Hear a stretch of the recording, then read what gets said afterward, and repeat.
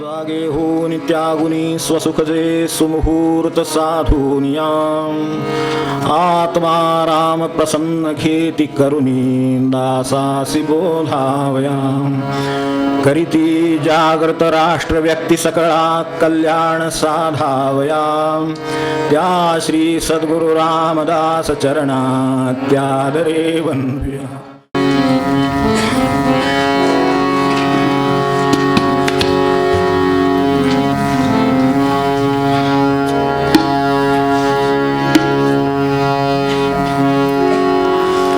मग भव भय त्यासी बाधी कैसे मग भव भय त्यासी बाधी कैसे मग भव भय त्यासी बाधी कैसे मग भव भय त्यासी बाधी कैसे अंतरी राम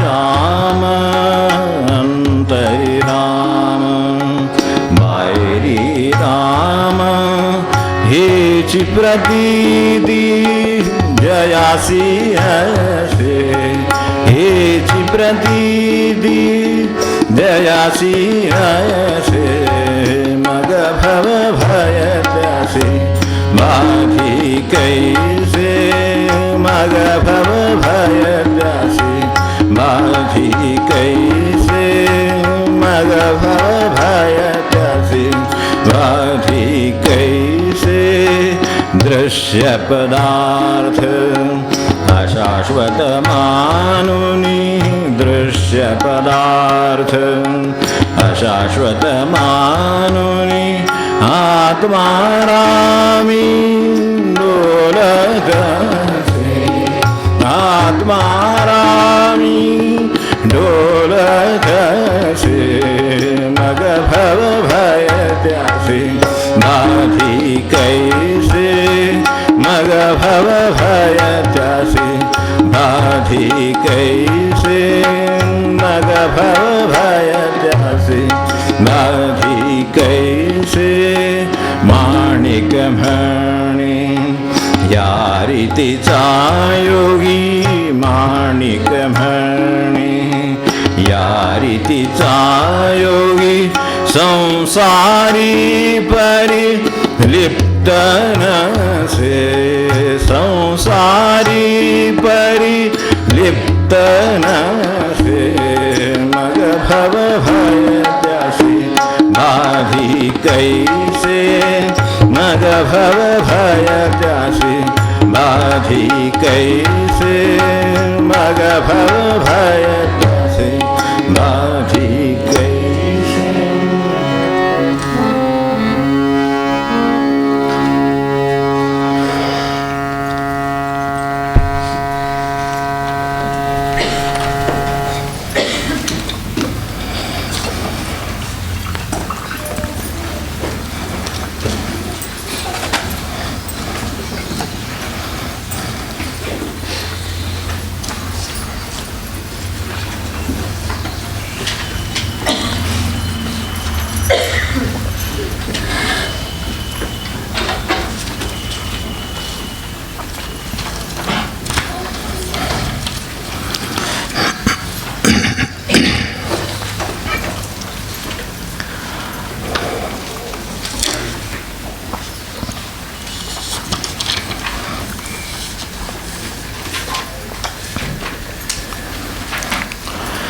गेल्या वेळेला आपल्याला निवेदन केल्याप्रमाणे उद्या ज्ञानेश्वरीचा आहे, त्याचा आदला शनिवार आहे. पण समर्थांचं जे काम चालू आहे ते जे चालू ठेवायला सांगितलेलं आहे त्यानुसार, कारण ते अजूनही आटोक्यात आलेलं नाही आहे. 3-4 भाग तरी अजून लागतील असं वाटतं. त्यामुळे आजचा शनिवारी त्याच्यासाठी घ्यायचा विचार आहे. तर समर्थांच्या इच्छेनुसार ते कधी पुरं व्हायचं ते आता होईल. 53 श्लोक 15.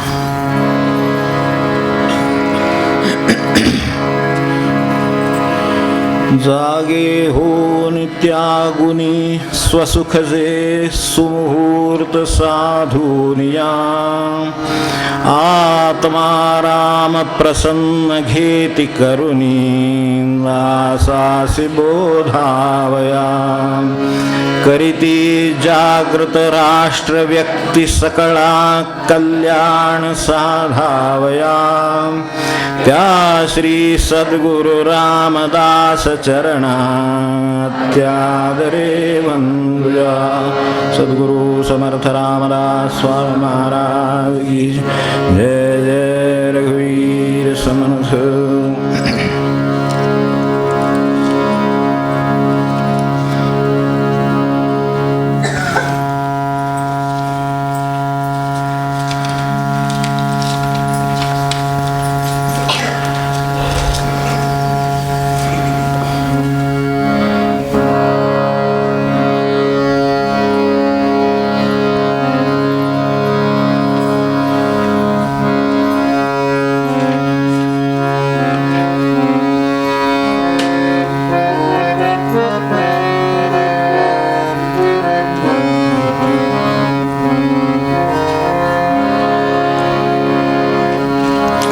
जाणवल्या चिंता दूरी करी जाणवल्या चिंता दूरी करी अंतरीची व्यथा श्रीरामा समर्था अंतरीची व्यथा श्रीरामा समर्था अंतरीची व्यथा श्रीरामा समर्था जाणवल्या चिंता दूरी करी जाणवल्या चिंता दूरी करी अंतरीची व्यथा श्रीरामा समर्था अंतरीची व्यथा श्रीरामा समर्था अंतरीची व्यथा श्रीरामा समर्था.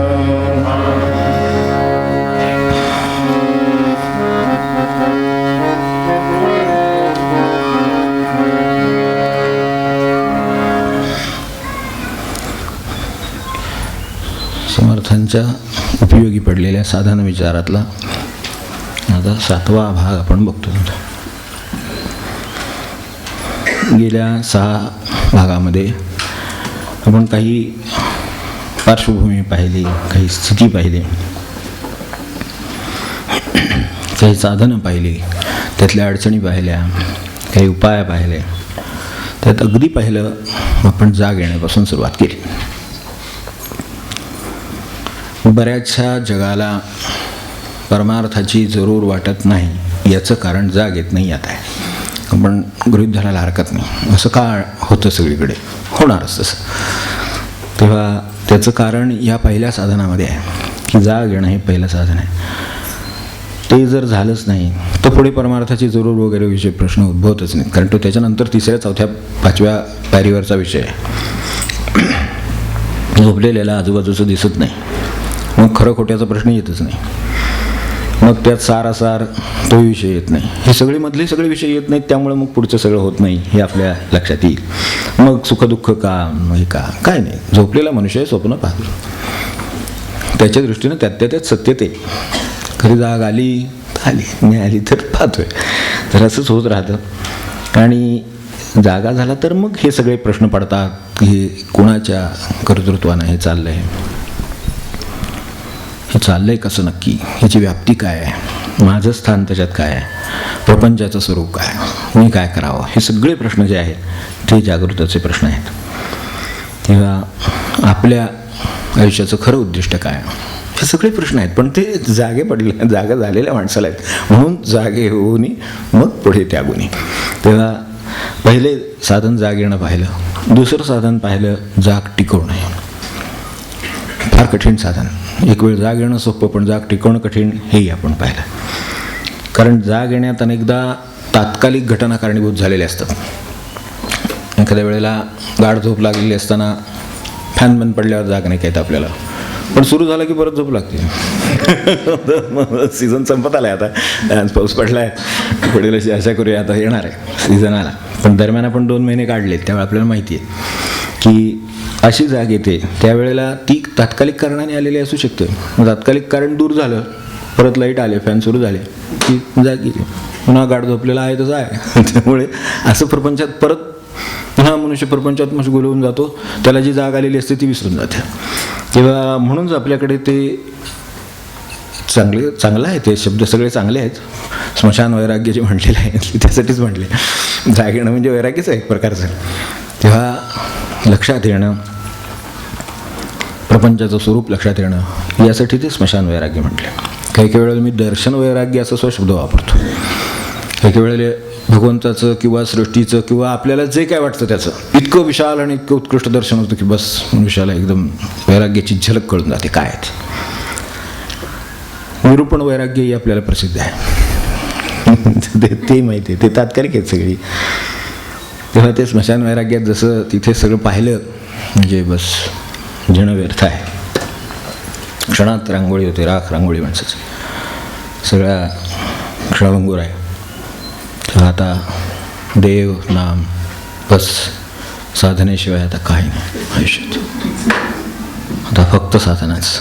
घरी आल्यावर काही लोक हातपाय धुतात, काही आंघोळ करतात, काय जी पद्धत असेल ती झाली की चहा झाला की पहिल्यांदा टी व्ही लावतात. जागे होऊन पुढे काहीच नाही. त्यागुनी वगैरे भानगड ते असं जातं. हे प्रत्येक बाबतीत ते तसं जातं. दर्शन संपतं, वैराग्य संपतं, निरूपण संपतं, वैराग्य संपतं, असं जे होतं आहे. म्हणून जाग टिकवणं हे काम मोठं आहे, साधन. हे जे म्हटलं ते तेवढ्यासाठी म्हटलं. तेव्हा आपण मग जे स्मशान वैराग्य आलं ते एकदम अमरपट्टा धारण करून आल्यासारखा मनुष्य वागायला लागतो. दुसरे क्षण पुढच्या अर्ध्या तासात सगळं चित्र पालटून जातं. तेव्हा ती टिकवल्यानंतरचा टप्पा आपण पाहिला की काही सत्यांचं त्याला आकलन होतं, ते आपण गेल्या वेळेला पाहत होतो. त्यात तिथून पुढे जात होतो. त्यात मग त्यागाचा प्रश्न आला, मग पुढचा एकांताचा प्रश्न आला. तर काही सत्याचं आकलन होतं. तर मी श्लोक म्हटले, काही थोडं त्याच्यावरती सांगायचं राहिलं.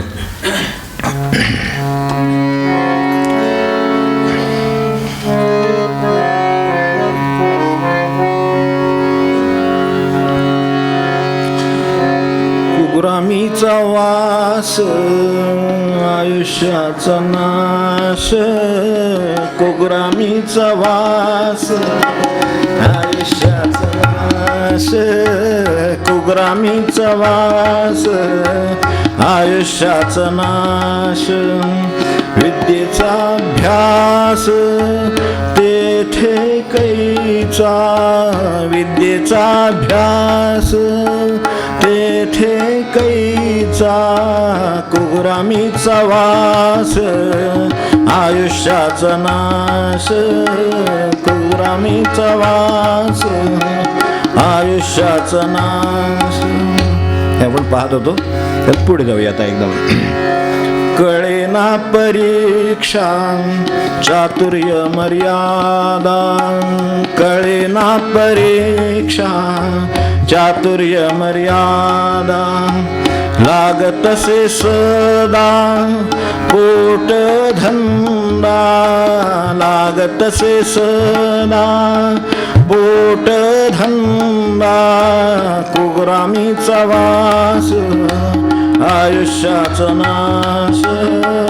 कुग्रामीचा वास, आयुष्याचा नाश. कळेना परीक्षा. मागचं थोडं सांगितलंय, पुढचं सांगायचं राहिलं. परीक्षा येते माणसाला.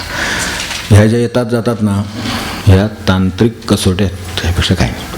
ज्याला परीक्षा शब्द वापरलेला आहे, ज्याला मूळ अर्थ आपल्याला कल्पना असेल, तर त्या अर्थाने अंतरंगाची परीक्षा होत नाही, जनांची परीक्षा होत नाही आणि जगाची परीक्षा होत नाही. भगवंताची परीक्षा फार दूरची गोष्ट राहिली. आपण क्रमाने विचार करून पहा की होती का. तेव्हा कळेना परीक्षा चातुर्य मर्यादा. आपल्याला जे चातुर्य माहिती आहे ते बरंचसं त्याचं म्हणजे त्या शब्दाला असलेला वास हा फसवण्याचाच आहे. बराच चतुर माणूस आहे, जरा जपून राहायला पाहिजे थोडक्यात असं. तर त्या अर्थाने चातुर्य नव्हे, ते स्वार्थ साधण्याचे मार्ग माहीत असणं आणि विशेषतः दुसऱ्याला न कळता स्वतःचा स्वार्थ साधू शकणं, यात चातुर्य आहे. आज एकंदरीत साधारण चातुर्याची सध्याची परिस्थिती आहे शब्दाच्या अर्थाची आपली. पण हे जे चातुर्य आहे, नाहीतर मग इथे त्याचा एवढा उल्लेख समर्थांनी केला नसता. कळेना परीक्षा चातुर्य मर्यादा, तेव्हा यात पारख आणि अंतरंग ओळखणं हे चातुर्य आहे. मनुष्याला जगावं लागतं हीच परीक्षा आहे. जगण्याची परीक्षा काय असेल, परीक्षा म्हणजे ओळख त्याची. तर ती ओळख काय, तर जगावं लागतं. आपण जगतो, मोठ्या आनंदाने जगतो वगैरे वगैरे, प्रत्येकजण आपापल्या पद्धतीनं काय असेल ते. तर ते जगतो असं नसून आपल्याला जगावं लागतं हे कळणं ही जगण्याची परीक्षा झाली. ही ती आपल्या वाट्याचा कंपल्सरी पेपर आहे हे आपल्या लक्षात येत नाही. ती ज्याला परीक्षा झाली त्याला कळतं की अरे हे जगावं लागतं, ही कौतुकाची गोष्ट नाही, ही नाईलाजाची गोष्ट आहे खरं सांगायचं तर. आता वापर वगैरे करणं वगैरे हे पुढचे विषय झाले, पण मुळात माझ्यावर एक प्रकारची सक्ती आहे जगण्याची. संधीत रूपांतर करणं हे चातुर्याचं काम आहे, ते चातुर्य आहे. पण मुळात पारख जर असेल, जर परीक्षा असेल ज्याला चातुर्य म्हटलं ती असेल, तर नाईलाज हे लक्षात येणं हे चातुर्य आहे. तुरुंगात आहोत हे कळायला चातुर्य लागतं. नाही कळलं तर सुटण्याचा प्रश्नच येत नाही. तो महाल म्हणून राहू शकतो, मागे एकदा म्हटलं ना, आपला महालच आहे. ते आपले सगळं जे काय पसरलेलं आहे हे सगळं आपल्या जणू काही इस्टेट आहे अशा भावात सुद्धा मनुष्य राहू शकतो. तसेच बरेच लोक जगामध्ये वावरत असतात. तर त्याचं कारण ती चातुर्य परीक्षा मर्यादा हे जे शब्द वापरले ते जे चातुर्य आहे आणि परीक्षा आहे ती आहे. तर ते कळलं तर चातुर्य लक्षात येतं, म्हणून तो विषय मध्ये सुटून गेला तर सांगितलं. तर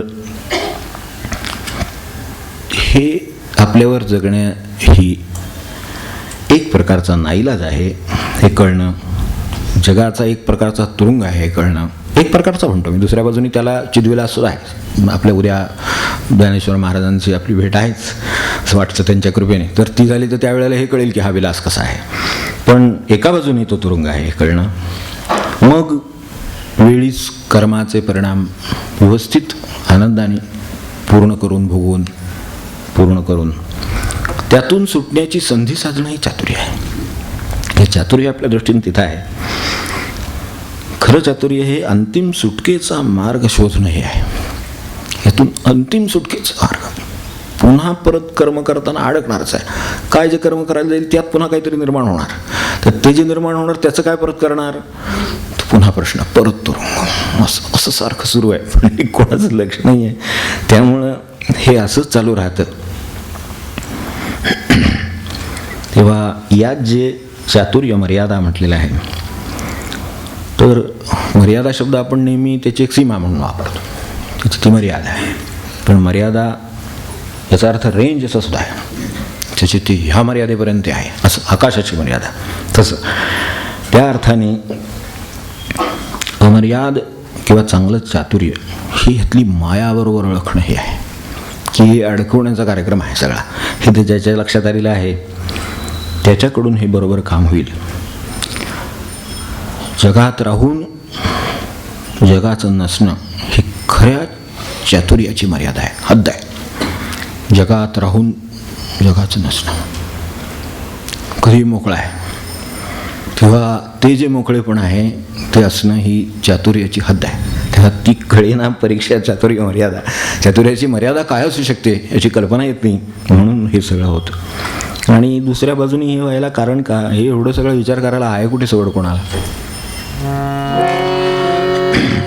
लागतसे सदा पोट धंदा, लागतसे सदा पोट धंदा, कुग्रामीचा वास आयुष्याचा नाश, कुग्रामीचा वास आयुष्याचा नाश. लागतसे सदा पोटधंदा, त्यामुळे हे सगळं होतं. पोटधंदा लागला असे जसं जगणं हे आपल्याला मगाशी बघितलं ही नाईलाज आहे, तसं पोटधंदा लागलेला आहे मागे. मी काही पोटाची धंदा काम म्हणजे पोट थोडक्यात लावून घेणार नाही, आपल्या हातात म्हणजे ते लागले आपल्या मागं. तेव्हा हे जे पितं भरं पोटं लागले से पाठी हे जे आहे ते तिकडे जे आहे तेच हे आहे, दुसरं काही नाही. ते आपल्याला सक्तीचं आहे. तेव्हा तो पोटधंदा लागलेला आहे आणि तो सोडणं आपल्या हातात नाही. हे ज्याच्या लक्षात आलेलं आहे तो एका दृष्टीनं त्या गोष्टीकडे पाहतो तो लागलं तर लागलंच आहे. बिनपोटाचा मनुष्य नाही जन्माला आला, ते बरोबर आहे. पाठ आहे पोट आहे मान्य आहे, ते त्याच्याबरोबरच आहे. पण त्याला त्याची किंमत आणि काय लागले आणि काय त्याचं होणार आहे आणि ते काय करू शकतं हे त्याला माहिती ज्याला आहे त्याचा त्याच्याकडे बघण्याचा दृष्टिकोन वेगळा आहे. हे दृष्टिकोनातच फरक आहे. नाहीतरी जगण्यामध्ये सगळा परमार्थ असून काही असलं तरी शेवटी दृष्टिकोनातले फरक आहेत सगळे. तर ते ज्याला कळलेलं आहे त्याला त्याच्या नोकरीचं कौतुक नाही, अनेकांना त्याची मिजाज आहे, अनेकांना त्याचं कौतुक आहे. असं बाहेर आपल्याला आढळेल. अरे पोटधंदा लागलाय, लक्षात काय येते तुमच्या, मस्त बहादर असाल, काय पंतप्रधान असाल, काय राज्यपाल असाल, काय वाटेल ते असाल जगामध्ये, पण लागायला असे पोटधंदा म्हणून आहात ना, नसतं तर असं इतकं सोपं आहे खरं म्हणजे. तेव्हा लागायला असे सुद्धा पोटधंदा यात नोकरीचंच कौतुक मिजाज निघून जातो. पोटधंदा लागला सदा, पोटधंदा कुकुरामीचा वास, आयुष्याचा नाश कुकुरामीचा वास, आयुष्याचा नाश कुकुरामीचा वास, आयुष्याचा नाश. बघा तुम्ही विचार करून की माणसं सांगतात 40 वर्ष नोकरी केली, कोण सांगतो 35 वर्ष केली, माझी 25 झाली, माझी 30 झाली. म्हणजे काय झालं, आयुष्याचा 30 वर्ष नाश झाला असं सांगा आम्हाला. काही हिशेबच सांगायचा असेल तर मी 30 वर्ष आयुष्याची घालवली, मिळवलं असेल तर दुसऱ्या बाजूला मांडूया. अकाउंटन्सी उत्तम आहे भगवंताची. एक दिवशी कधीतरी एकदा अकाउंटन्सीच्या भाषेत सगळे एकदा परमार्थ सांगतो. बरेच वर्षात सांगितलं नाही, फार वर्षापूर्वी सांगितलेला विषय केव्हा तरी सांगेन. पण दुसऱ्या बाजूला मांडायला तयारी आहे आपली. डेबिट क्रेडिट आहे, तर डबल हे जे सिस्टीम आहे ना अकाउंटन्सीची, तर ती तशीच आहे. डबल एंट्री बुक किपिंग आहे भगवंताचं. तर ते बरोबर आहे. कसं आहे ते एकदा केव्हा तरी आपल्याला वाटलं तर सांगेन अगदी बारकाव्याने. तर डबल एंट्री आहे हे बरोबर. तर ते असं भ्रमात राहू नका की हे सिंगल एंट्री आहे. मी अशा तऱ्हेनं 40 वर्ष नोकरी केली, 40 वर्ष आयुष्याचा नाश केला, काय मिळवलं सांगा, दुसऱ्या बाजूला काय मांडू. तर मग काय घरदार आहे, मग तो मग सांग त्याचं काय होतं ते गेल्या वेळेस सांगितलं शेवटचं. ते शेवटी आपण गेल्या वेळेला काय म्हणलो होतं आपल्याला आठवते, सगळ्या शेवटी एक श्लोक म्हणला तर सोडून दिलं सगळ्या शेवटी.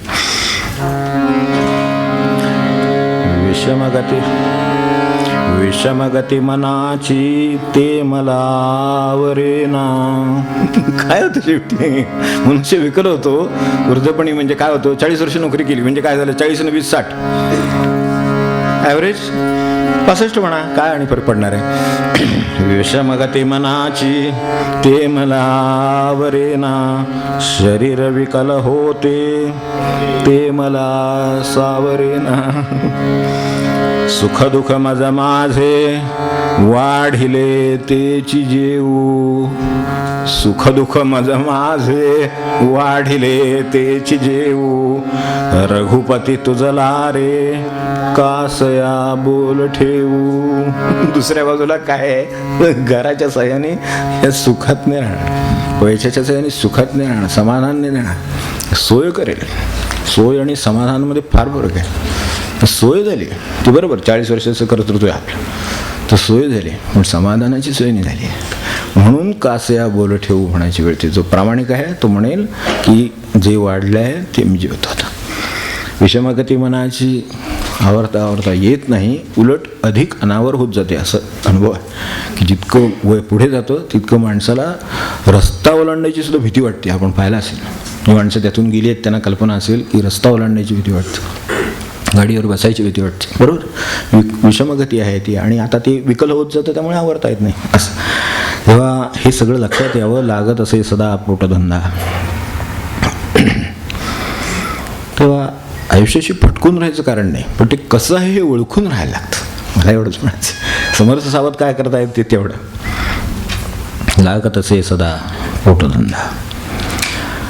तो लागत असे सदा हे ज्याला कळलेलं आहे, ते माझ्या मागं लागलंय हे ज्याला कळलंय, ते तो त्याच्यातून सुटकेच्या प्रयत्नात असतो. कारण ते लागलेलं आहे. हे ज्याला कळलेलं आहे तो सुटकेच्या प्रयत्नात आहे. ज्याला त्याचं कौतुक आहे आणि त्याला ते कळलं नाही आहे की हा कंपल्सरी पेपर आहे, तो ऑप्शनल असल्यासारखा सोडवत बसलेला असतो. जास्तीत जास्त मार्क मिळत. 9 लाख पॅकेज आहे काय दुसऱ्याला, तर 12 लाख अजून आहे का, 12 असेल तर 15 आहे का, 25,000 मिळतील तर 50 मिळतील का, 50 ते 75 मिळतील का. अहो लागत असे सदा पोटधंदा. असं हे उलट आहे गणित. तो ऑप्शनल नाही, कंपल्सरी आहे. सोडवायचा पेपर आहे, बरोबर आहे. पण पुढे गेलात तर काही पण होणार नाही त्याच्यातून, फक्त पासिंगचा पेपर आहे. तेवढं लक्षात ठेवलं तर हे जे काय आहे ते आपल्याला कळेल. कारण हे कळेल अशी परिस्थिती आता आली. मिळतं, भरपूर मिळतं, पण एकमेकांना द्यायला 1 ताससुद्धा मिळत नाही. हे भरपूर सगळं. कारण काय तर ते 9 लाख आहेत, ते 12 लाख पॅकेज आले, 15 लाख पॅकेज आले, सगळे ते पॅकेज तिकडे जमा. त्यांना एकमेकांना द्यायला वेळ कुठे, तो नाही. मग स्वास्थ्य नाही, मग एकमेकांना समजूत नाही, मग एकमेकांचं ऐकून कोणी घेत नाही, मग त्रास आहे, मग हे आहे. मग आपले सल्लागार आहेत तिकडे चेक जातात त्यातून उरलेच आहे त्यांच्या सल्ल्याचे. तेव्हा असं सगळं होतं.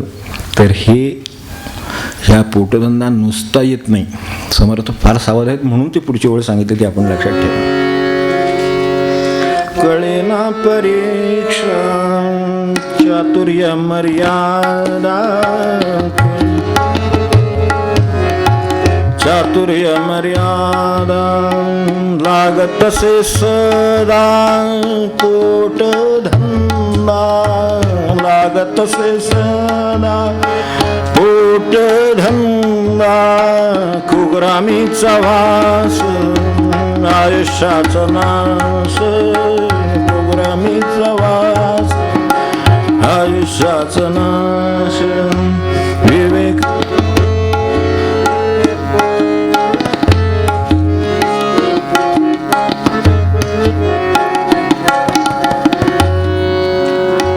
पोटधंदा नीच जनांची संगती. लगेच सावध केलंय. पोटधंदा नुसता कधी लागत नाही. पोटधंदा नीच जनांची संगती, तेथे कैची गती विवेकाची, तेथे कैची गती विवेकाची. ग्रामीचा वास आयुष्याचा नाश, ग्रामीचा वास आयुष्याचा नाश. एक पोटासाठी धंदा लागला तर बाकीच्या संगतीनं त्यात आणखी भर कशी घालावी, तेव्हा आणखी काही फसवण्याच्या युक्त्या शिकवणारे लोक भेटतात. ही नीचसनांची संगती, मग तेथे गायची गती विवेकाची. असं समर्थाने त्या काळी प्रश्न करून ठेवला आहे. तेव्हा हे ताण आहेत सगळे, किती पैशाचे ताण, मग बाकीचे सगळं त्यातून जे निर्माण होतं ते आपल्याला माहिती.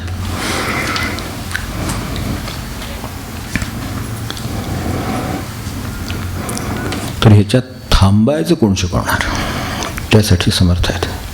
ते थांबायचं शिकवतात. हे सगळं ओळखा आणि थांबा म्हणून पुढचं सांगितलं. विवेकाची गती सज्जन संगती, विवेकाची गती सज्जन संगती. दास म्हणे स्थिती पालटावी, दास म्हणे स्थिती पालटावी. कुग्रामीचा वास आयुष्याचा नाश, कुग्रामीचा वास आयुष्याचा नाश. विवेकाची गती सज्जन संगती आपल्याकडे दुसरी कुठून मिळत नाही, म्हणून त्यात राहावं आणि मग दास म्हणे स्थिती पालटावी. आपली जी स्थिती आहे ती ओळखावी आणि मग पालटावी. त्याचे मार्ग म्हणून पहिला आपण त्याग पाहिला. त्यागे सागे होऊन त्यागुनी पहिले जागे झाले की पहिलं काम त्यागाचं आहे. त्यात ती लालूच जे सुख दाखवित असतं सारखी, त्याबद्दल जागा झालेली आहे. जागावून काही झोपलेला नाही नसता. लौकिक अर्थाने पहिल्यांदा पाहिलं. पण आता थोडंसं आणखीन पुढे जाऊन अर्थाने पाहावं की सुखाच्या लालचीनं झोप लागते. तर ती ओळखली तर जागा होत आहेत की सुखाच्या लालचीची झोप आहे. आपण सोलापूर, उस्मानाबाद, तुळजापूर वगैरे तिकडे गेला असं कावडीनं पाणी आणतं. आपण पाहिलं हे आंघोळ केली तरी पाणी बाजूला बादलीत ते पाणी साठवलेलं असतं. हे मी पाहिलं स्वतः. आणि ते साठवलेलं पाणी आपल्याला इतर शोषक उपमकतंक ह्या कामांसाठी, प्रातर्विधीच्या कामासाठी त्या बादल्या भरलेल्या नेऊन वापराव्या लागतात. हे आपण केवळ सुबत्तेत राहत असो म्हणून कदाचित आपल्याला कळलं नसेल, म्हणून आपल्याला त्याची कल्पना नसेल. मग सुखाची लालूच म्हणजे काय आणि त्यातून जागं होणं म्हणजे काय? मग मला सांगा, मग टब्बाची जरूर काय? एका बाजूला अंघोळीचं पाणी साठवून हे करावं लागतं आणि दुसऱ्या बाजूला हे आहे. ह्याच्यातला आपण फरक ओळखला तर आपलेच रिसोर्सेस म्हणतो आपण ज्याला, जे ह्याच्यासाठी चाललेत वाया, ते सगळे चांगल्या कामासाठी लागतील. कारण शेवटी ते त्याच्यावरच जगणार आहे आपण. ही सगळी जी साधन सामग्री आहे ती सगळी त्यासाठी लागणार आहे. ती मला लागणार नाही तर दुसऱ्या कोणाला तरी लागेल. विनोबाने फार चांगलं सांगितलं, तर मला आठवण झाली म्हणून सांगतो की म्हणाले, माझ्याकडे पैसा आहे तर दुसरा जर एखादा आला आणि त्याने मला पटवून दिलं की या पैशाचा हा अधिक समाजाच्या दृष्टीनं आणि सार्थकाच्या दृष्टीनं अधिक चांगला उपयोग आहे, तर मी त्याला तो देऊन टाकेन. कुठून झेप असेल विचार करण्याची क्षमता महापुरुषांची काय असते याची कल्पना करा. आपल्याला ही कल्पनाच नाही. आपल्याला पुढे 25 रुपयाची देणगी पाडायची सोय याच्यापेक्षा काय सांगावं. ते आणि खरोखरच तसं होते. त्यांच्याकडे ते घड्याळ होतं वगैरे, आपल्याला मागे बोललो होतो. त्या माणसाने ते म्हणले, तुम्ही इथे बसून असता आणि इथे सारख्या घट्टाय आश्रमाच्या होत असतात, तुम्हाला घड्याळाची काय जरूर आहे? बरोबर आहे म्हणले, कारण ते फिरत असतात, त्यांना घड्याळाची जरूर आहे. मागे बोललो होतो बघा. तर त्यांनी ते देऊन टाकलं. ते म्हणले, त्यांनी मला जरूर पटवून दिली. म्हणजे ते नुसते सिद्धांत नाही आहेत, त्याचं आचरण आहे. तो देऊन टाकलं. ते नाही आहे म्हणून दुसऱ्या माणसांनी दुसरं घड्याळ दिलं ना. नंतर विनोबांसारख्यांच्याकडे घड्याळ नाही म्हणून अत्याधुनिक घड्याळ आणून त्यांनी त्यांना दिलं. तेव्हा तो मनुष्य परत आल्यावर तो म्हणला, अरे हे अत्याधुनिक आहे, हे जास्त उपयोगी आहे. आता मागणाऱ्याकडे मी बघत नाही, देणाऱ्याकडे बघतोय. तर तुम्ही म्हणाला मागणाऱ्याला चांगलं होणं चांगलं, तसं काही नाही आहे. ते म्हणाले, तेही बरोबर आहे तुझं म्हणणं, कारण याच्यात गजराची सोय आहे, याच्यात अमुक सोय आहे, तमुक सोय आहे, तमुक सोय आहे. ठीक आहे, तू फिरत असतोस, कार्यकर्ता आहेस, तर तुला याची गरज जास्त आहे. तेव्हा जुनं त्यांनी यांना दिलं आणि यांनी त्यांना नवीन देऊन टाकलं. काय शेवटी हे एकदा कळलं की मनुष्य जन्मातली मर्दुमकी कशात आहे, ती मर्दुमकी कळली पाहिजे काय ती. मग टब्बाचा त्याग ही गोष्ट किरकोळ आहे. तेव्हा आपल्या सकट आपापलं सगळं दुसऱ्यावर मनुष्य लादायचा प्रयत्न करतो. मतं लादतो, सरकार जनतेवर लादतं, लादत नाही. एक अध्यादेश काढता झाला का? किती प्रकाराने असं होत असतं. पती पत्नीवर लादेल, मत लादेल, दुकानदार असतील ते गिरायकावर लागतील.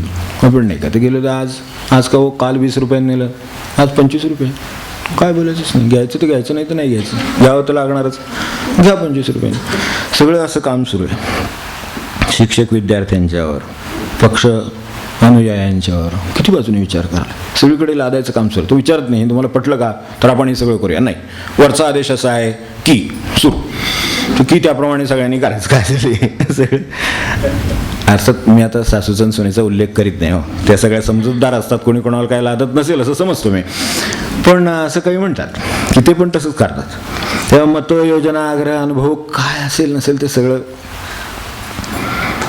तेव्हा अगदी साधा त्याग, हे काही म्हणून याचा काय संबंध इथे आला असं एखाद्या वेळा वाटण्याची शक्यता आहे. म्हणून मुद्दाम उलगडा खुलासा करतो. आपण तर शोधून काढालच, पण तरीसुद्धा मी सांगेन, पण लादणार नाही.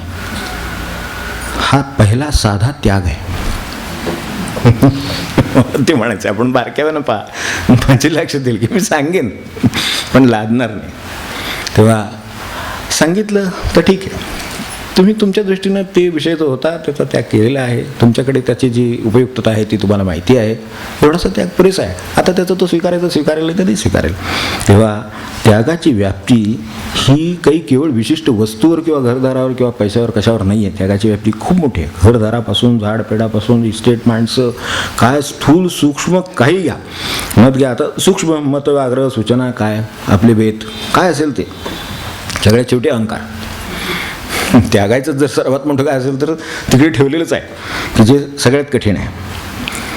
खरं सांगायचं तर हे सगळं त्यागाचं एवढं त्यांनी सांगितलेलं आहे किंवा आपल्या श्लोकामध्ये सुरुवातीलाच त्याचा उल्लेख केलेला आहे, त्यागुणी सुख. ते कारण एवढंच की त्यागानं ईश्वराकडचा किंवा आनंदाकडचा प्रवास हा हलका होतो, सुकर होतो. त्याग का करावा ह्याचं मला रॅशनल पाहिजे, काहीतरी कारण पाहिजे त्याला, का करावा मी त्याग. तर त्यानं ईश्वराकडचा प्रवास सोपा होतो, सुकर होतो, म्हणून त्याग करावा. त्याग करावा म्हणजे अगदी पोटचा घास नाही कोणी काढून दिला अजून, तेवढं मी म्हणत नाही. भरल्यापोटी तरी निदान बाकीचे दिले, ते जे टाकतात तिकडे नेऊन. किंवा त्या पत्रावळीत आपण पाहिलं असेल गजानन महाराजांनी काय केलं ते, तर ते सगळं ज्यांना माहिती आहे त्यांनी तरी निदान ते लक्षात ठेवावं की त्याग हा इथे तरी आहे. निदान ईश्वराकडचा प्रवास जर आपल्याला करायचा असेल तर त्याची सुरुवात त्यागातून आहे. फार मोठे जाऊ दे, पण ज्यांनी कोणी मोठी वाहनं चालवली असतील किंवा चाललेली पाहिली असतील, निदान चालवणं कदाचित नसेल आपल्या आयुष्यात कदाचित ते, तर लोड गाडी सावकाश जाते आपल्याला माहिती आहे. गाडी जितकी जास्त लोड तितकी सेकंड फर्स्ट करत चाललेली असते. आपल्या देवाकडच्या गाड्या अशाच जातात, आपलं बरंच लोड आहे ते आपण शोधून काढावं काय काय लोड आहे. बरं, हे माणसाला असं म्हणावं तर पटतं न पटतं असं नाही. दुसरीकडून विचार करून बघा आपण की माणसं लौकिक प्रवासामध्ये एवढी परदेशात, आता अलीकडे तर काही मुंबईला जाऊन आल्यासारखे लोक परदेशात जाऊन येतात, आनंदाची गोष्ट आहे, जग जवळ आले वगैरे, आता सगळं आपण ते मान्य केलेलंच आहे. तर तिथे बॅगेजवर मर्यादा असतात. प्रपंचात कुठे 3 घरं बांधून नये तसं काही लिहिलेलं नाही, कुठे 5 घरं बांधून नये तसं काही लिहिलेलं नाही. तिथे बॅगेजवर मर्यादा आहे, ती माणसाला आनंदाने मान्य आहे. 20 किलो म्हणलं 20 किलो घेतो मनुष्य, 21 किलो ते काढून फेकूनच देतात ना, त्यामुळे असेल कदाचित भौतिक, म्हणजे असं वाटतं. जर त्यांनी सांगितलं तसं 1 टन न्या तर 1 टन सहन नेलं असतं वाटतं, कारण मुलाबाळांसाठी न्यायचं असते वगैरे काहीतरी असते ते. तिथे बॅगेज आहे. 20 किलो म्हटलं की 20 किलोच्या मर्यादेमध्ये बरोबर सगळं त्याच्यात, म्हणजे त्याच्यात ती मग हुडकून काढतात. अहो माणसं ते पोळ्या वेळा नेतात, त्याचे गोळेच करून देतात नुसते. पोळीचे बाकीचे वजन कशाला, पोळी तिथं करू, तो गोळा घेऊन इथनं जाऊया. आहेत आता जे गेले असतील त्यांना माहिती असेल, जे जाणार नसतील त्यांना कळेल, अजून पुढे जायचे असतील गेले नसतील त्यांना कळेल असते. तर त्याला नाही ना पुरणाचे पोळे मिळत, वाटून पुरण करून गोळी करून घेऊन जाऊ, म्हणजे वजन कमी होईल तेवढंच. ते बाकीच्या पोळीचं वजन कशाला, म्हणजे काय मनुष्याकडे चातुर्य नाही आहे असं मला म्हणायचं नाही. ते सगळं कामाला घ्या लागलंय, त्याचं काय करायचं ते बघा. काय आणखीन सुद्धा काय प्रकार असेल, थोडं जाता आठवण झाली म्हणून. पण या बॅगेजवर एवढ्या मर्यादा आहेत, ते आपल्याला योग्य वाटतात. हे जर असेल तर मग देव माझ्या सगळ्या इस्टेटींसह भेटावं असं मला काय वाटतं.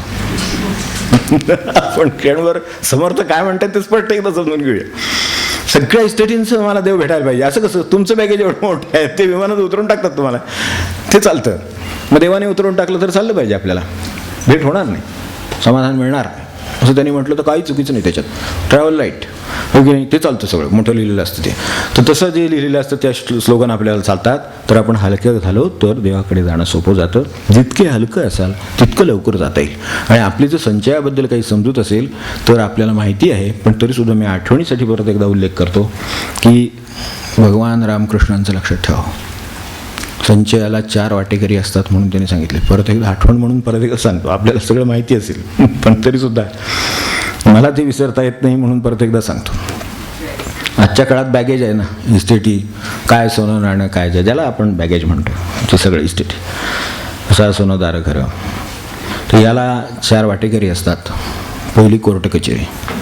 बघा, जिथे तिथे इस्टेटी आहे तिथे तिथे कोर्ट कचेरी आहेत. बघा, इस्टेट आहे ना, आनंदानं इस्टेट आहे आणि वाटण्यांचा प्रश्न आहे. थोडक्यात म्हणजे काय जे असतील ते, काय फुटाचा प्रश्न सुद्धा असू शकतो, इंचाचाही असू शकतो आणि एकराचाही असू शकतो. त्याचं काय तसं काही त्याच्यात काही नाही आहे. त्यामुळं कोर्ट कचेरी. ते म्हणाले याचे 4 वाटेकरी असतात. ते रामकृष्णाने काय सांगितले तेवढे कायम लक्षात ठेवले तर बरं होईल. दुसरे चोर दरोडेखोर, आजच्या भाषेतले खंडण्यावाले. चोर दरोडेखोर खंडण्या 2 नंबरचे वाटेकरी. जिथे संचय आहे तिथे ते हजर असतात, जिथे संचय नाही ना तिथे काही नाही. यांना कोणाला हे म्हणजे हे गुरुदेवांना सुरक्षा व्यवस्थावर झेडबीड काय काय नाही. कोट टोपी तुला घे वाटलं तर तू घाल, तू उन्हापासून संरक्षण, एवढा टोपीचा उपयोग आहे, तुझ्या डोक्याचं रक्षण होईल. इतकं सोपं काम आहे म्हटलं तर, पण म्हटलं तर किती कठीण आहे. भांडाभांडी आहे सगळी, वर्षानुवर्ष नाही, पिढ्यानपिढ्या. तर ते चोर दरोडेखोर और दरोडा घालणार असलं तर घालणार हो, कशाला तो एवढे कष्ट घेईल, एवढे त्याचा जीव धोक्यात तो घालणार, तर काहीतरी पाहिजे ना तिथे.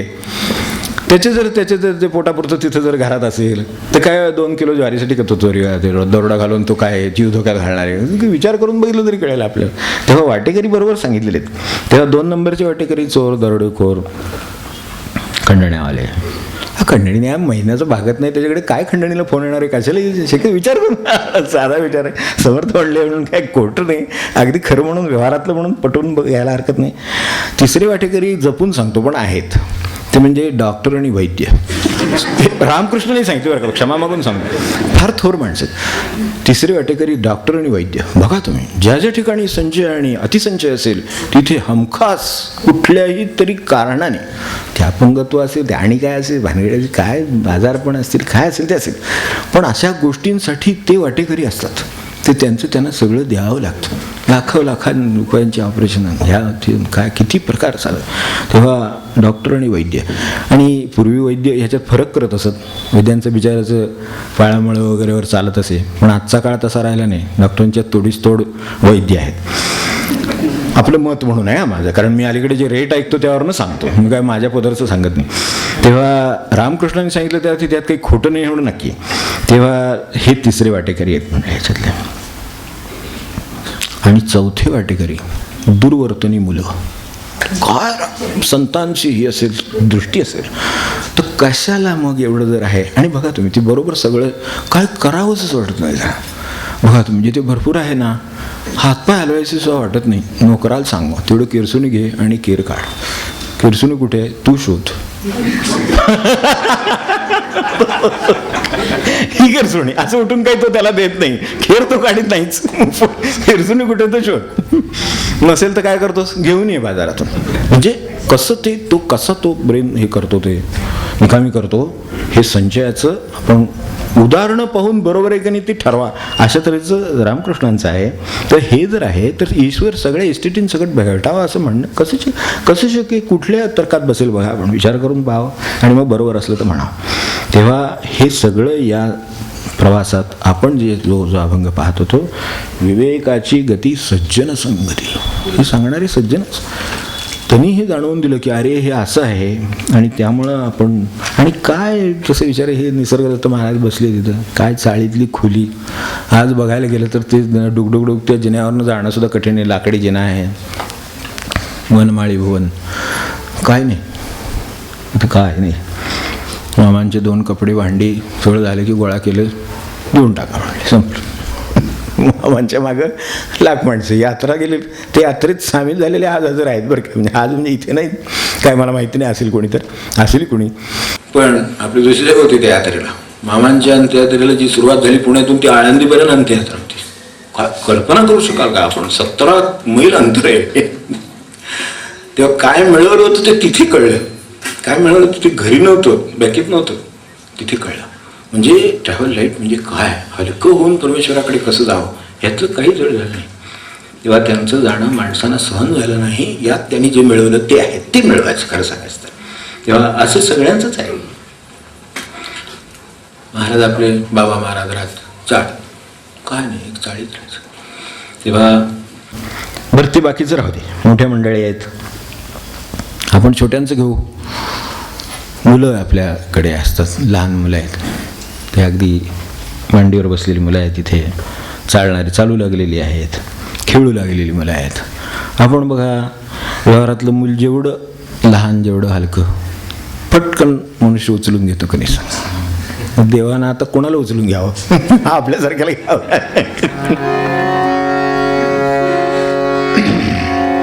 विवेकाची गती सज्जन संगती, विवेकाची गती सज्जन संगती. दास म्हणे स्थिती पालटावी, दास म्हणे स्थिती पालटावी. कुग्रामीचा वास आयुष्याचा नाश, कुग्रामीचा वास आयुष्याचा नाश. आत्ता म्हटलं ना देवानं की हो का आपल्याला उचलून, क्षणभर आपण आपले प्लॅन बेत काय काय जे काय चालू असतं सगळं सूक्ष्मच. स्थूल उचलायला अवघड असतं, त्याच्यापेक्षा सूक्ष्म उचलायला जास्त अवघड असतं. हे मी अगदी फिजिक्सच्या भाषेत सुद्धा सांगेन पाहिजे. स्थूल उचलायला जेवढं अवघड वाटतं आपल्याला दगड, त्याच्यापेक्षा सूक्ष्म उचलायला अवघड असतं. ताकद सूक्ष्मात जास्त नसते. दुसऱ्या बाजूने विचार करा, अणूच्या विस्फोटाने काहीतरी होतं, दगड पडला तर एखादा काय होत नाही, पण अणूच्या स्फोटाने काय होतं आपल्याला माहिती आहे. परमाणूचा झाला तर त्याच्यापेक्षा काय होतं ते माहिती आहे. तेच या बाबतीत आहे. तेव्हा आता देवानं उचलून घ्यायचं आहे आपल्याला. मला इंजिनियर व्हायची अशी इच्छा आहे, 1. 2, मला चांगलं शिक्षण मिळावं अशी इच्छा आहे, 2. 3, मला पोटापाण्याची सोय व्हावी अशी इच्छा आहे, 3 झाले. 4, मला ठेवशील तसं राहायचं आहे. कोणाला उठलं पटकन काय असतं मतांच्या सुद्धा भगवंताला पटकन कोणाला उचलता येतं ते ठरतं. हे सगळं लावून बघावं आणि खरं ठरलं तर घ्यावं, नसेल सोडून द्यावं. समर्थांचं म्हणणं आहे आज 400 वर्ष टिकून आहे एवढं खरं. म्हणून आता हे सगळं कळावं म्हणून आपल्याला साधन सांगितलं ते एकांताचा वास. आपण एकांताचे काही मुद्दे सांगितले. मनुष्य शांत बसल्याशिवाय त्याला स्वतःकडे सुद्धा बघता येत नाही, जगाकडे सुद्धा बघता येत नाही, जगदीश्वराकडे त्याच्यापेक्षा बघता येत नाही. त्यामुळे एकांत हे त्यागानंतरचं साधन सांगितलं. त्यातले आता पुढचे मुद्दे आपण बघू. काही वेळे मुद्दे गेल्या वेळेला पाहिले. बाजूला राहिल्याशिवाय प्रपंचातून काय क्षणभर बाजूला आपण आपल्या जागी बसलं तर माणसांच्या सगळ्या हालचाली दिसतात. आपण एखाद्या जागी खुर्चीवर बसलो आहोत तर काय काय कोण कोण कुठे कुठे करतं हे सगळं लक्षात येईल. मीच त्यात फिरत असेल तर मला कळत नाही. इतकं एकांताचं साधं मर्म आहे की मी बाजूला बसलो आहे आणि त्यामुळे मी हे सगळं पाहतोय तर मला हे कळतं. अगदी जे मोठे एकांताचा फायदा आहे त्याचं एक छोटं उदाहरण म्हणून आपल्याला सांगतो. आपल्यासमोर ठेवतो, आपण विचार करून बघा. आपण एखाद्याकडे कामाला जातो, बेल वाजवतो, काय पद्धत असेल त्यानुसार, टकटक करतो, कडी वाजवतो, हाक मारतो. ह्या शिष्टाचाराच्या पद्धती सांगितल्या. एखादा डायरेक्ट जातो ते सोडून द्या, त्याचा काय विचार करू नका. पण टकटक करतो, कडी वाजवतो, बेल वाजवतो, त्यातल्या घरातल्या माणसाला हाक मारतो, हे सगळे शिष्टाचाराचे भाग झाले. तर हे वाजवल्यानंतर आपण बेल वाजवली तर आज जो कोणी आहे तो दार उघडतो. मग आपण आत जातो, मग आपली आतली परिस्थिती आपल्याला कळते. तेव्हा मूलतः एकांताचा जर एक उत्तम प्रकार काय असेल तर आपणच आपल्याला बेल द्यायची. पण विचार करून बघा, एकांत म्हणजे आपण स्वतःला बेल देणं, आपणच आपल्या मनाचे दरवाजे उघडणं आणि स्वतःला आत घेणं आणि आपलं घर काय आहे ते त्याला दाखवणं. हे एकांताचा एक अर्थ. आपण विचार करून बघा की ज्या वेळेला आपण असं एकांतात असाल त्यावेळेस आपल्याला कळेल की काय आपण आहोत, खरे खरे काय आहोत, कसे आहोत. असू देत, कसे असेल तसे असू देत. घरात काय आपण जातो ते समजा घर आवरायचं झालं तरी सुद्धा कसं आहे ते पाहावंच लागतं ना. का उचलायला सुरुवात केली लगेच असं नाही होत. आपण पाहतो, हा ठीक आहे, इथे हे पडलं, इथे ते पडलंय, हे कचरा आहे, हे आमका आहे, टाकण्यासारखं आहे, ठेवण्यासारखं आहे, काय ते बघायला पाहिजे ना. तसंच ते स्वतःचं निरीक्षण म्हणून पाहावे आपण असे आपण बरोबर ते तेच. तेव्हा आत्मपरीक्षणाला उत्तम जागा असेल तर एकांत आहे. एकांताचं जे साधन सांगितलं तर त्या साधनाची आत्मपरीक्षणाला अत्यंत गरज आहे. ही सामान्यांना तर आहेच आहे. सामान्य म्हणजे आपण सर्वसाधारण म्हणून धरा, पण जे महंत आहेत त्यांना एकांत कंपल्सरी केलेलं आहे. महंतांच्या ज्या सूचना आहेत त्याच्यामध्ये आपण पहा की त्यांना एकांत कंपल्सरी आहे. कारण महंती करताना कितीतरी लोकांतात वावरावं लागतं आणि कितीतरी पुटळ या गोष्टी जमा होतात. कितीतरी सिस्टीममध्ये वावरत असताना आपल्याला त्यात दोष किती निर्माण झाल्याची कल्पना येत नाही. ते बाजूला जाऊन बसलं 1 महिनाभर त्यातला की लक्षात येतं अरे हे दोष निर्माण झाले, हे दूर केले पाहिजेत.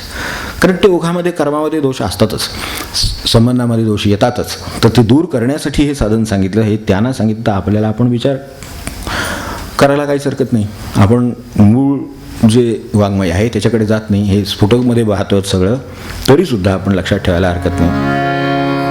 अखंड एकांत सेवावा अभ्यासची करीत जावा, काळ सार्थकच करावा जना सहित श्रीराम. अखंड एकांत सेवावा, अभ्यासची करीत जावा, काळ सार्थकची करावा, जनांसहित श्रीराम. हे सुद्धा तिथे तेच आहे, उचलून तिकडे ठेवलेलं आहे. काय होतं त्यांनी? 9 गोष्टींची उल्लेख सापडतात. फक्त यादी देतो, आपल्या वेळेत ते सगळं ते होणार नाही म्हणून. एक, विवेक कळतो. काय त्रास झाला? काही नाही ना कोणाला? का तर विवेक कळतो, तो एकांताशिवाय नाही लक्षात येत. म्हणून आपण मगाशी बघितलंच, प्रयत्न काय करावा ते कळतं.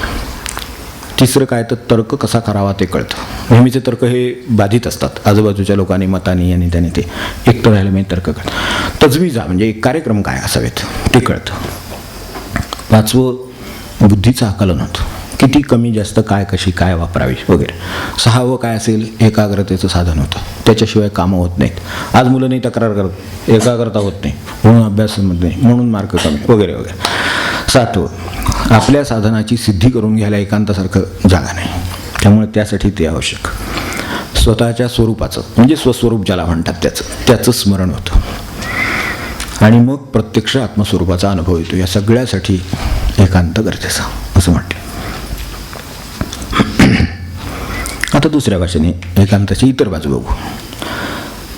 अगदी गेल्या वेळेला ज्याचा नुसता उल्लेख केला होता, तर रस्ता चालतो एरवीचा व्यवहाराचा, प्रपंचाचा सुद्धा चुकलेला काढायचा तरी थांबावं लागतं. ते थांबणं म्हणजे एकांत. चुकलेला रस्ता म्हणजे निदान चुकलाय का एवढं बघण्यासाठी थांबणं, चुकलं नसेल तर पुढे चालेल, पण चुकलाय का हे कळण्यासाठी सुद्धा जे थांबावं लागतं त्याला एकांत वाटायचं. एकांत म्हणजे अशा काही कल्पना असतात त्या दूर व्हाव्यात म्हणून मी मुद्दाम सांगतो, माझा चुकलाय का एवढं बघण्यासाठी. मग तो बरोबर आहे हे कळतं, हा सुद्धा एकांत. चुकला असेल तर ते कळतं, ते सुद्धा एकांतच आहे, कारण ते त्यामुळेच कळलं, नाही तर कळलंच नसतं. तेव्हा त्यासाठी एकांतच. हे नुसतं मार्गांचं झालं. तेव्हा स्वतःची ओळख व्हायची असेल, आपल्यावरच्या संस्कारांची ओळख व्हायची असेल, आपल्या समजुतींची ओळख व्हायची असेल, आपले कुलाचार, अनेक संस्कार, ह्या गोष्टी अजून ते माणसं करतात नाही का. ते किती त्या 17 भाज्या लागतात कुठल्या देहाला म्हणे, कशाला तरी 13 भाज्या लागतात, देवीला लागतात. त्यांना का भक्तांना लागतात का देव ते काय मला माहिती नाही, पण लागतात. आणि ते कोणातरी सासूबाईंच्या, आजी सासूबाईंच्या कोणीतरी सांगितलं, तिने नाही केलं तर उगाच काहीतरी झालं म्हणजे उद्या ती बाहेरचं जरी गाडी जरी बंद पडली तरी असं वाटतं त्या 13 भाज्या त्याचा अपहरण.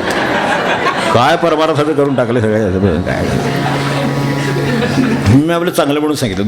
दुसऱ्या बाजूला ते मनुष्य गेला बेला विचारा तर ते आधी वातावरण कशाला खरं वातावरण इतकं गंभीर करू नये. खरं काय तसं काही नसतं, बिचारा आनंदाने. आणि खरोखरच अनेक वेळेला माणसासुद्धा बाकीची आनंदात असतं. तर असं सोडून द्या, एखाद्याच्या बाबतीत होतं दुःख नाही असं नाही, पण तसं असतं. मग अशा वेळेला बेसुरुगाचा अग्नी काहीतरी ते घेऊन जायचं. बरोबर काळ कुठला होता त्या काळात त्यांनी सांगितलं ते. त्यावेळेला गृहाग्नी नावाची कल्पना होती. घरामध्ये कायम अग्नी होता, तो स्वतंत्र होता, त्यावेळी तो घेऊन जायचा आणि त्याचे पावित्र्याने त्याला काही हे करावं, पुढची गती द्यावी अशी इच्छा होती.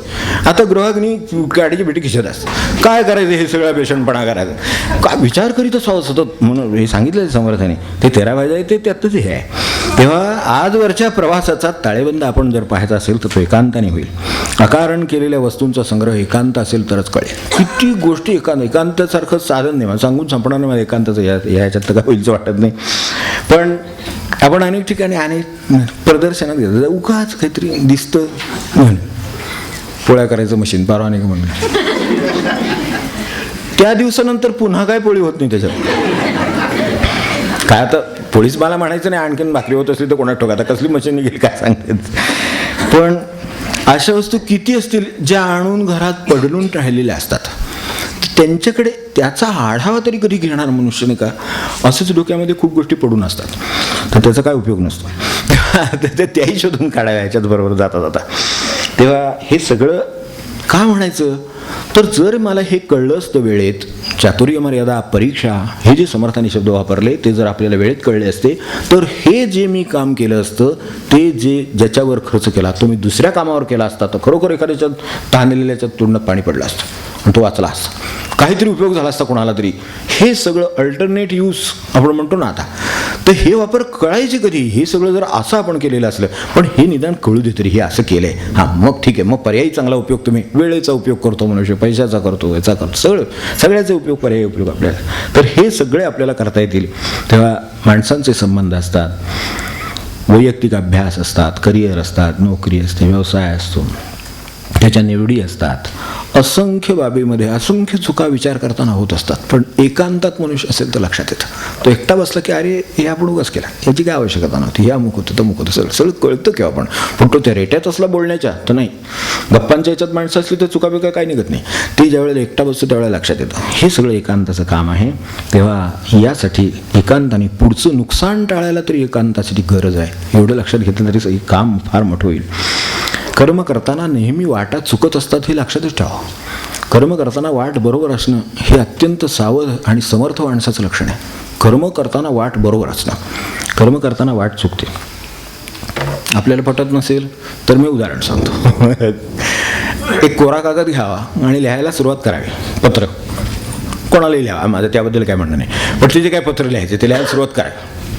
थोड्या वेळाने लिहून झालं शेवटी म्हणजे पाहावं की समासाची स्थिती काय आहे. कर्म करताना वाट चुकते म्हणजे काय. अगदी सोपं सांगतो. ते इकडे इकडे इकडे इकडे इकडे गेलेलं असतं, नाहीतर इकडे इकडे गेलेलं असतं. एक कोरा कागद घेऊन सुरुवात करावी म्हणजे कर्म करताना वाट चुकते की नाही ह्याचं उत्तर आपल्याला मिळेल. एक साधं उदाहरण म्हणून सांगितलं आपल्याला. तर ह्याला फार कमी अपवाद असतात की सुरुवात केली तिथं काय 1 इंच काय जे काय डॉट काय असतील तेवढ्याचवर बरोबर शेवटच्या ओळीपर्यंत 30 ओळी तसं काम चालू आहे. अशी फार कमी माणसं असतील. आता जास्त असतील तर त्यांना नमस्कार. पण सर्वसाधारण माझं तरी असं होतं, उजवीकडे जातं, डावीकडे जातं, नंतर लक्षात येतं अरे समास कुठे राहिला, असं ह्याच्यावरनं कळतं. तेव्हा हे कर्म करताना काय होत असेल हे एका कागदावर हे होतं. तो कर्म म्हणजे किती माणसांची केवढी गोष्ट, त्याचं काय होईल आपण कल्पना करून बघितली तरी लक्षात येईल. तेव्हा या सगळ्या गोष्टी, बऱ्याच गोष्टी ह्या आपण इतरांच्या सहवासाने करतो, सवय पडली म्हणून करतो, स्वभाव म्हणून करतो. जिथे राहतो ते वास्तव्य, त्यामुळे ती रुळते. अशा कितीतरी गोष्टी असतात. त्यामुळं आपण जागे राहू शकत नाही ह्या सगळ्या मार्गाने. म्हणून ते जे एकांत सांगितला, ते एकांतामध्ये हे सगळं लक्षात येतं. अरे ही सहवासाने आपण गोष्ट केली, ही आपण कोणाची तरी बरोबर होतो, त्याला सवय होती म्हणून आपल्याला लागली. हे केव्हा कळायचं? ज्यावेळेला मी एकटा असेल त्यावेळेला कळायचं. त्याच्याबरोबर राहिलो तर कळणारच नाही. त्याच्याबरोबर तो जे करतोय तेच मी करत राहीन असं होण्याची शक्यता यासाठी त्यांनी आपल्याला हे सावध केलेलं आहे. तेव्हा अतिवास्तव्य, आता वास्तव्याने सुद्धा मनुष्य त्या जागी वास्तव्य करतो आणि तो बेसावध होतो.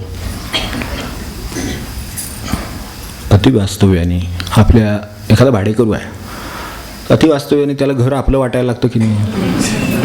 मालकांना फार लगेच म्हणजे काही घाबरून जाऊ नका कोणी मालक असेल त्यांनी, पण असं होतं की नाही मला सांगा की त्याला हळूहळू ते घर आपलं वाटायला लागतं किंवा आपलंच असावं असं वाटायला लागतं. म्हणजे मग त्याचे मार्ग पुन्हा माणसं अवलंबतात ती गोष्ट वेगळी.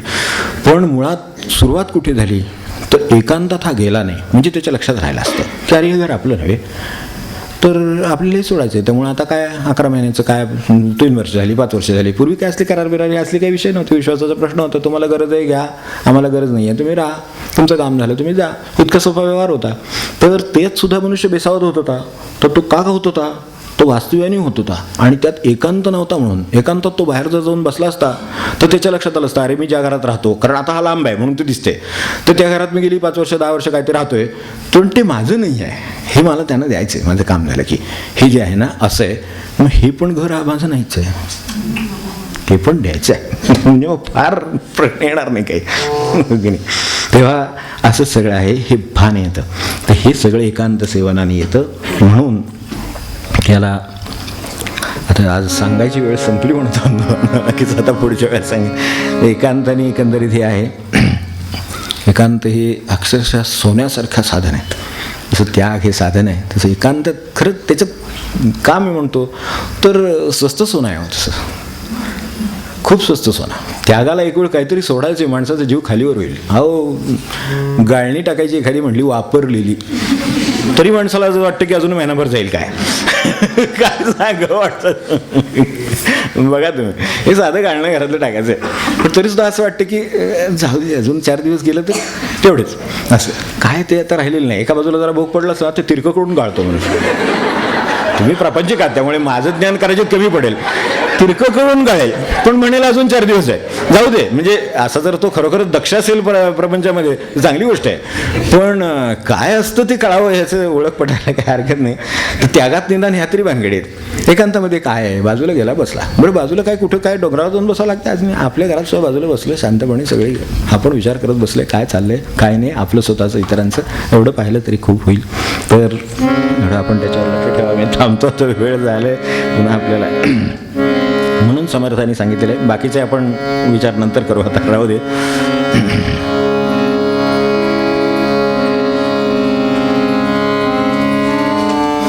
मना चाल रे मना चाल उठी वना दुर्गमाते, लागुंते भव घर दारादिकाते. स्पष्ट समर्थांचा आदेश आहे. आपल्याला जसा सोयीचा असेल तेवढा तरी पाळा निदान.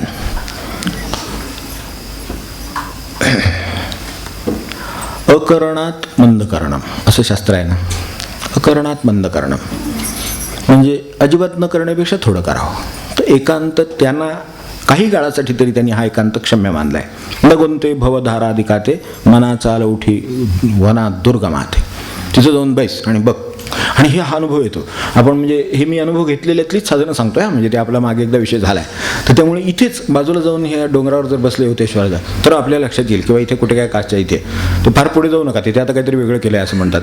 ते कासचं पाणी सुद्धा वेगळ्या कामासाठी वापरतायत असंही कळलं मला. तर त्यामुळे फार पुढे नको जायला, आपण इथेच सातारा दिसेल एवढ्याच अंतरावर बसावं. तर इथे जाऊन बसलं तर आपलं जे काय घर, आपलं जे काय वस्ती, काय आपण जिथे कुठे राहतो वगैरे, एवढं दिसतं. काय ते ज्याचं आपल्याला एवढं वाटतं ते एवढं दिसतं. जसं कळतं लगेच एकांताची काय मजा येते. तसं पाहायचं तिथे बसून की हे कसं दिसतं आपल्याला.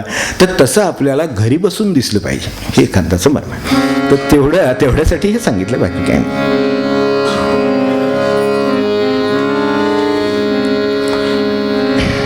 घडे पूर्व संचित कोणारुसावे. आपल्या जीवनातले जे संघर्ष असतील, जर अस्वस्थता असेल, मी आता थांबतोय, अस्वस्थता असेल तर तिच्यात आपण कोणावर रुसत असलाल तर समर्थाने व्यवस्थित सांगून ठेवले त्याबद्दल, म्हणून हे 2 ओळी सांगतो फक्त, बाकी काही नाही. घडे पूर्व संचित कोणारुसावे. आपलेच कर्म हे वाढलेलं जेवते, त्यामुळे आपण जे करून ठेवले तेच आपल्या वाट्याला येते हे लक्षात ठेवलं तर फक्त हे सिद्धांत आहेत आणि ते सत्संगाशिवाय कळत नाहीत, म्हणून त्यांचं म्हणणं ते आहे. घडे पूर्व संचित कोणारुसावे, परी सर्वदा साधू संगी वसावे. दुसरा मार्ग नाही, कोण सांगणार. हे समर्थाने सांगितलं म्हणून आज आपण एकांत त्यागन भानगडीत एवढे विचार करतो. आपल्याला काहीतरी जीवनाला दृष्टी त्याची मिळेल, त्याचा काहीतरी समाधानाला उपयोग होईल, भगवंताकडे जायला उपयोग होईल, म्हणून आपण हा सगळा विचार केला. असं तर समर्थांचंच म्हणणं आहे. परत एकदा दुसरं सांगतो वाटलं तर. संदेह चित्ती सहसा टळेना, संदेह चित्ती सहसा टळेना, सिद्धांत साधू विण आकळेना. संदेह चित्ती सहसा टळेना, सिद्धांत साधू विण आकळेना. त्यासाठी साधू संगती सांगितलेली आहे, ती आपण घ्यावी, विचार करावा. आणि आपल्याला जे जीवन फार मोठं वाटतंय त्याची किंमत काय आहे आणि ती कसं चाललेलं आहे, त्याचा एक श्लोक आणि समारोपाचा एक श्लोक एवढे 2 घेतो. समर्थांचे खणखणीत म्हणणं ऐकून ठेवावं शेवटी. आणि मग शेवटी त्यांनी जो सांगितलाय तो साधनेचा मार्ग, संत संगतीचा मार्ग आपण लक्षात ठेवावा एवढी प्रार्थना करतो आणि थांबतो. का बापा शिणसी प्रपंच म्हणसी, माझाची हा अंकिला. माझ्या अंकित आहे, माझ्या ताब्यात आहे असं प्रपंच वाटतं. का बापा शिणसी प्रपंच म्हणसी, माझाची हा अंकिला. कसला अंकिला मला सांगा. पैसे भरून फोन घेतलेला असतो, तो डेड होणार नाही याची गॅरंटी द्या. मला तर कोणावर काही म्हणायचं नाही, पण मूळ वस्तुस्थिती आहे की नाही मला सांगा. सकाळी उठल्यावर काय नाही, शून्य आवाज होतो की नाही मला सांगा. नेटवर्क बिझी, आजच्या भाषेत त्या भाषेत सांगतो वाटलं तर, काही काय कळतच नाही. नेटवर्क बिझी, बिझी म्हणजे बिझी. गप्प बसा आता. तुम्ही पैसे भरलेत, बॅलन्स आहेत, सगळं खरं आहे, कोणी उत्तर नेटवर्क बिझी, संपर्कच कुठे साधणार तुम्ही, काहीच करू शकत नाही. म्हणून प्रपंच अंकीला आहे वगैरे म्हणणं म्हणजे काय, काही म्हणू नये, काही म्हणण्यासारखं नाहीच खरं. म्हणजे फक्त आपण म्हणतो म्हणून त्यांना सांगावं लागतं एवढं, बाकीच काही नाही. हे माझ्या सांगण्याबाहेर नाही तो असो. तर काय सांगू आणखी. आता अगदी छोटं सांगतो वाटलं तर, म्हणजे ते जर मोठं वाटत असेल फार तर, आमचा बंडू ना अजिबात चहा घेत नाही, आणि बंडू चहा मागितल्याशिवाय राहणार नाही सगळ्यांच्या समोर.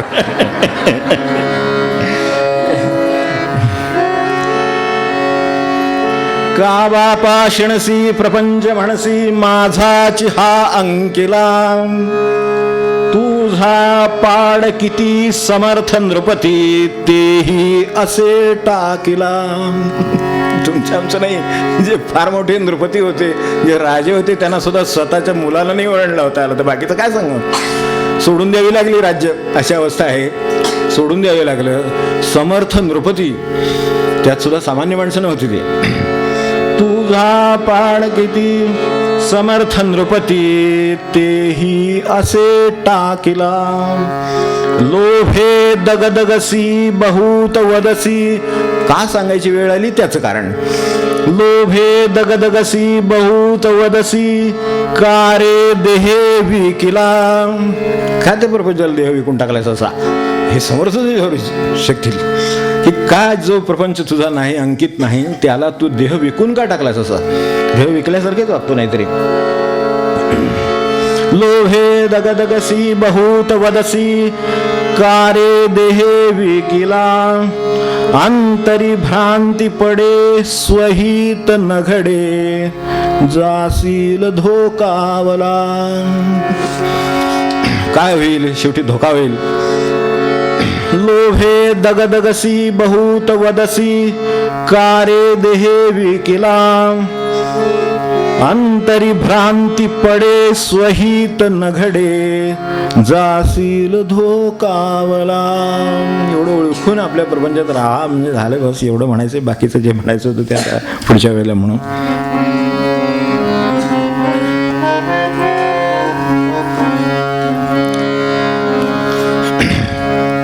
आपल्याला सावध व्हायला, शुद्ध व्हायला, पावन व्हायला संत चरणी राहावं बस, बाकी काय नाही.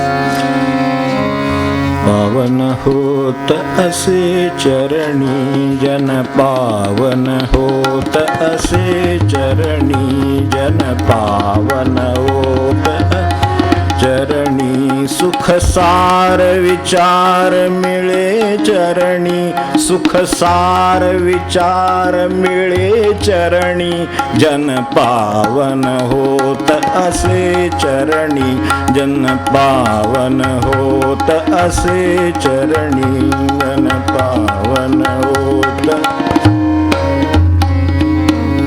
आता पुरा जे काही त्यांचं म्हणणं आहे, वेळेच्या अभावी आज काही घेता येत नाही, पण आपण आता शेवटी त्यांची प्रार्थना आहे, घेऊ, थांबू.